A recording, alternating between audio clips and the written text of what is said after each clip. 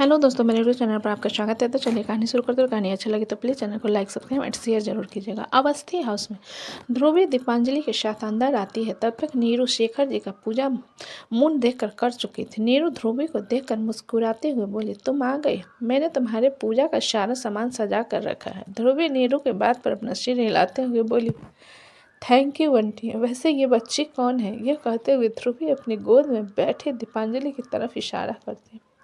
ध्रुवी के सवाल पर नीरू एक नज़र दीपांजलि को देखकर बोली, ये मेरे भतीजे की बेटी है।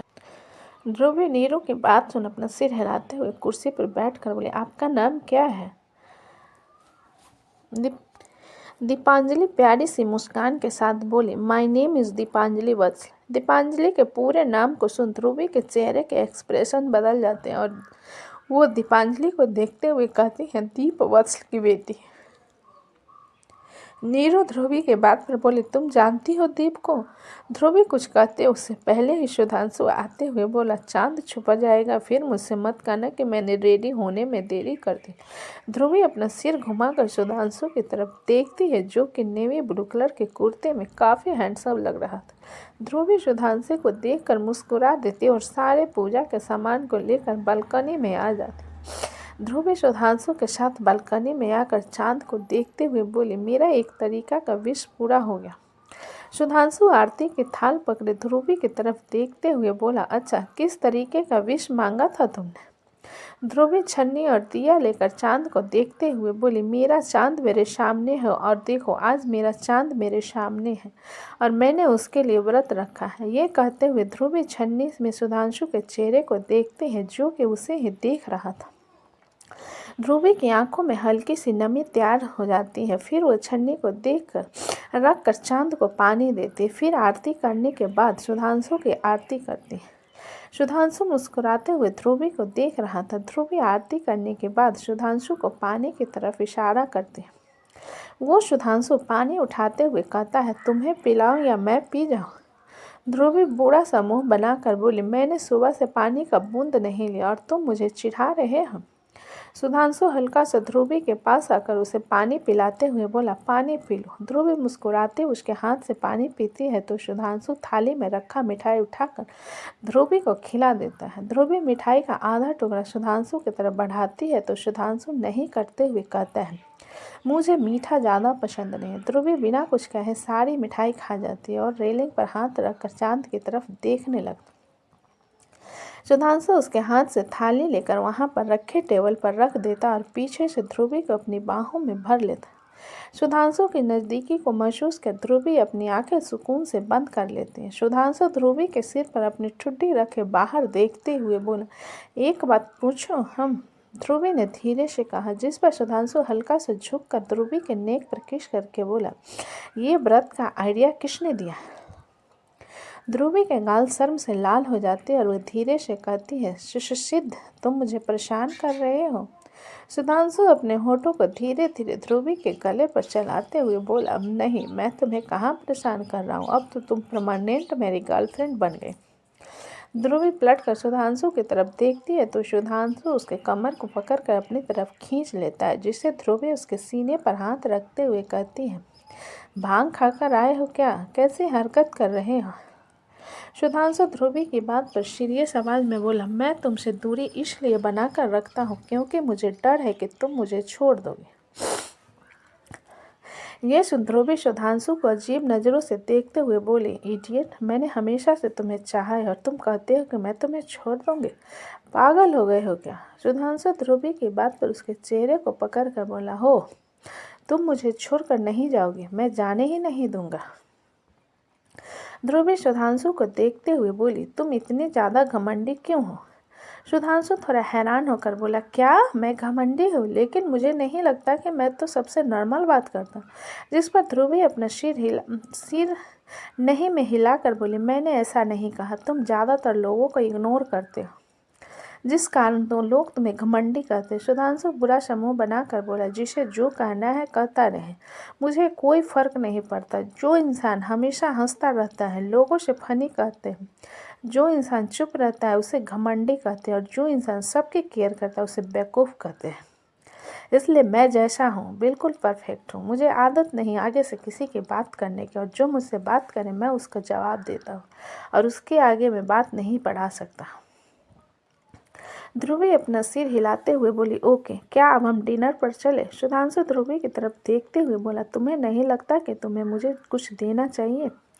ध्रुवी 2 मिनट चुप रहकर सुधांशु को घूरते हुए बोले, तुम्हें मुझे देना चाहिए? सुधांशु अपना सिर हिलाकर बोला, तो मैं दूंगा ना, अभी दे रहा हूँ। इतना कहकर सुधांशु के चेहरे को पकड़कर उसके होठों पर अपने होठ रख देता है। ध्रुवी की आंखें हैरानी से बड़ी हो जाती हैं। वही सुधांशु ध्रुवी के होठों पर स्मूच करते हुए हल्का हल्का बाइट कर रहा था। ध्रुवी के हाथ सुधांशु के कुर्ते पर मजबूत हो जाते हैं और सुधांशु ध्रुवी के चेहरे को छोड़कर उसके बाले को सहलाने लगता है। 2 मिनट बाद सुधांशु ध्रुवी से दूर होकर अपना रुमाल निकाल ध्रुवी के बिखरे होठों की लिपस्टिक को साफ कर अपने होठ को साफ करते हुए बोला, देखा, मैंने दिया ना तुम्हें तोहफा, अब मेरी बारी। ध्रुवी हैरानी से सुधांशु को देखते हुए, ये क्या था? मेरी पहली किस जो मैंने तुम्हें दी, सुधांशु ने ध्रुवी को जवाब दिया। ध्रुवी कुछ कहते उससे पहले ही नीलू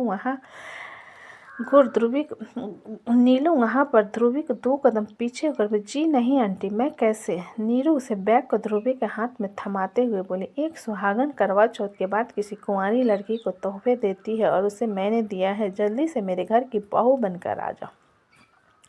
सुधांशु नीरू की बात पर हल्की शरारत लिए बोला, आपकी तमन्ना जल्दी पूरी करनी पड़ेगी क्योंकि अब मुझे भी शादी करने का मन कर रहा है। ध्रुवी सुधांशु को एक नज़र घूरने के बाद नीरू को पांव छूते हुए बोली, रात हो गई है, मैं घर जा रही हूँ। सुधांशु आगे आकर ध्रुवी के हाथ से बैग लेते हुए बोला, चलो मैं तुम्हें छोड़ देता हूँ। ध्रुवी कुछ कहते उससे पहले ही डोरबेल बजती।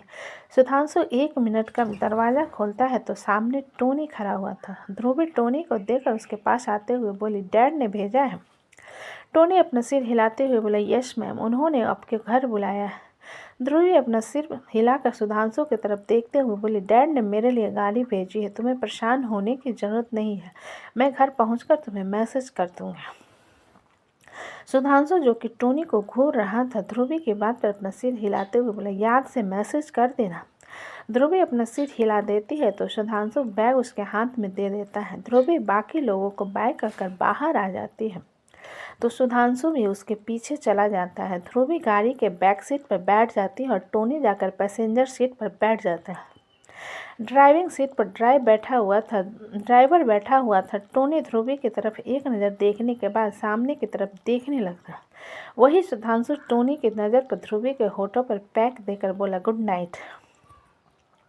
ध्रुवी हल्का सा मुस्कुरा कर बोली, गुड नाइट। सुधांशु अपना सिर हिलाता है तो ध्रुवी घुर वहाँ से निकल जाती है। सुधांशु गाड़ी को जाता हुआ देखने के बाद अंदर आता है तो दीपांजलि सोफे पर बैठे बैठे सो गई थी। सुधांशु दीपांजलि के पास जा उसे अपनी गोद में उठा नीरू से बोला, माँ आप जाकर आराम कर लीजिए, बाकी बर्तन मैं साफ कर दूंगा, तब तक मैं दीपा को सुला कर आता हूँ। नीरू अपना सिर हिलाती है तो सुधांशु दीपांजलि को लेकर उसके कमरे की तरफ चला जाता है। इधर लखनऊ कुंज हाउस में महक मृत्युंजय के आने का इंतजार कर रहे थे, लेकिन मृत्युंजय अभी तक नहीं आया था। महक चांद की तरफ देखते हुए अपना फ़ोन निकालती है और मृत्युंजय को कॉल करने लगती है। तभी मृत्युंजय की गाड़ी आकर पार्किंग में रुकती है और मृत्युंजय जल्दी से अंदर आता है।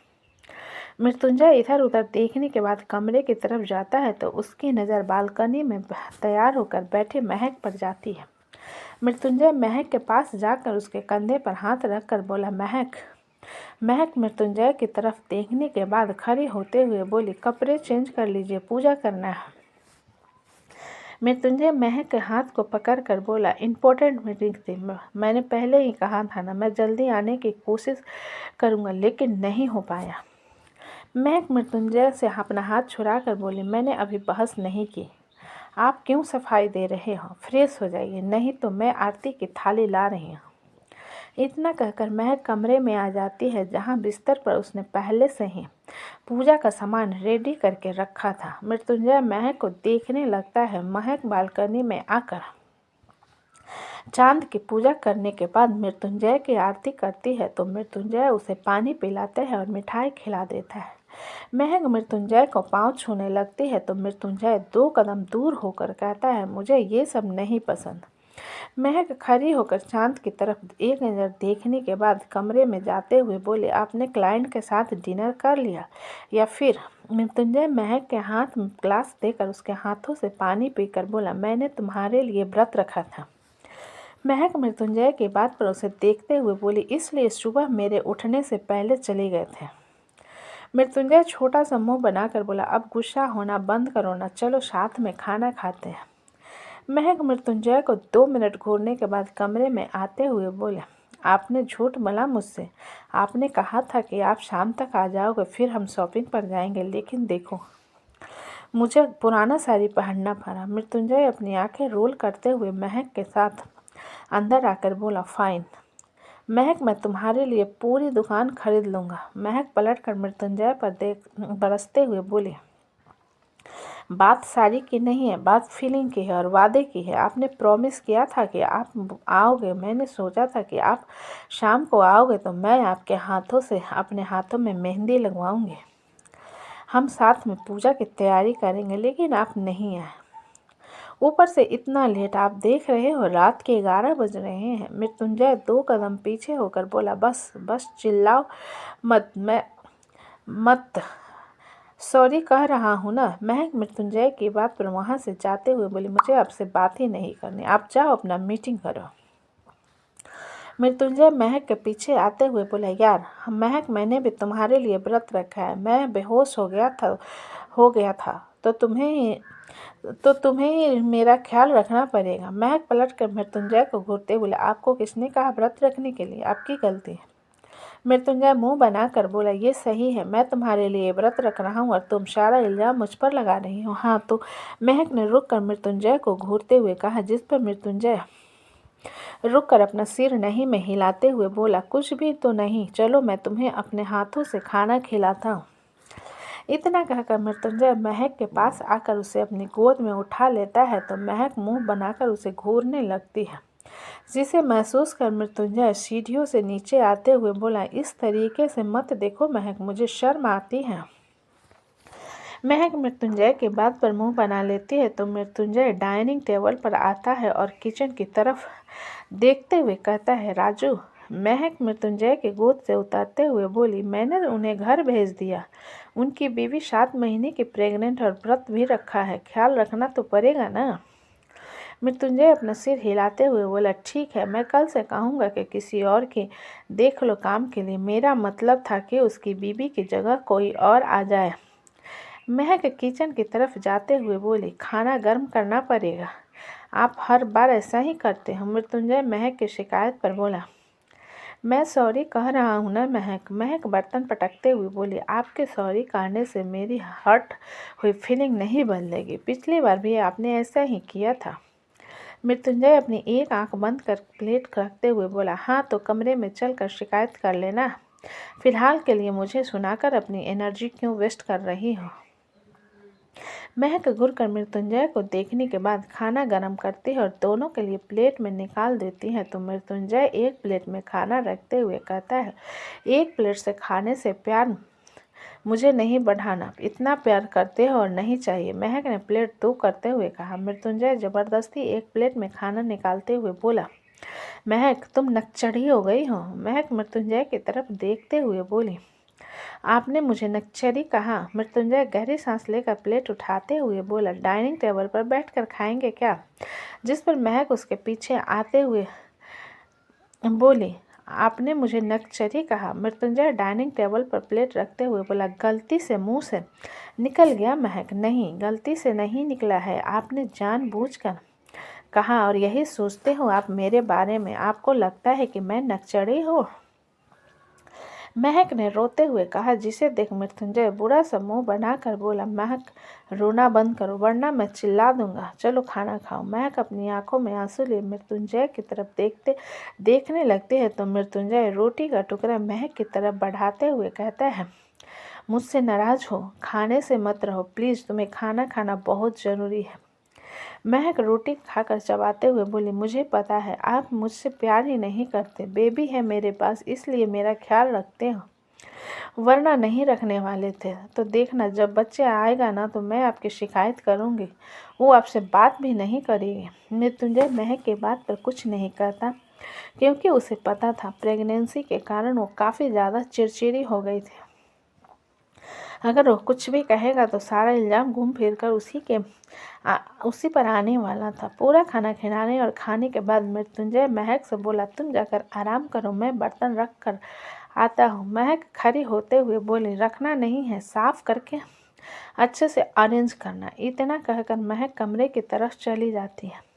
मृत्युंजय गहरी सांस लेकर बर्तन रखने किचन में चला जाता है और साफ करके उसे अच्छे से अरेंज कर देता है। फिर कमरे में आता है तो देखता है महक इस तरह बिना चेंज करे सो गई थी क्योंकि वो काफ़ी ज़्यादा थक गई थी। मृत्युंजय महक के पास जाकर उसे अपनी गोद में उठा लेता है और उसके साड़ी को चेंज करके नाइट सूट में उसे सुला देता है। फिर खुद भी उसके बगल में लेट जाता है तो महक शिफ्ट होकर उसे गले लगा लेती है। तो दोस्तों कहानी कैसी लगी मुझे कमेंट में लिखें। अच्छी लगी हो तो प्लीज़ चैनल को लाइक करें, सब्सक्राइब करें और ज़्यादा से ज़्यादा शेयर करें। कहानी को पूरा सुनने के लिए धन्यवाद।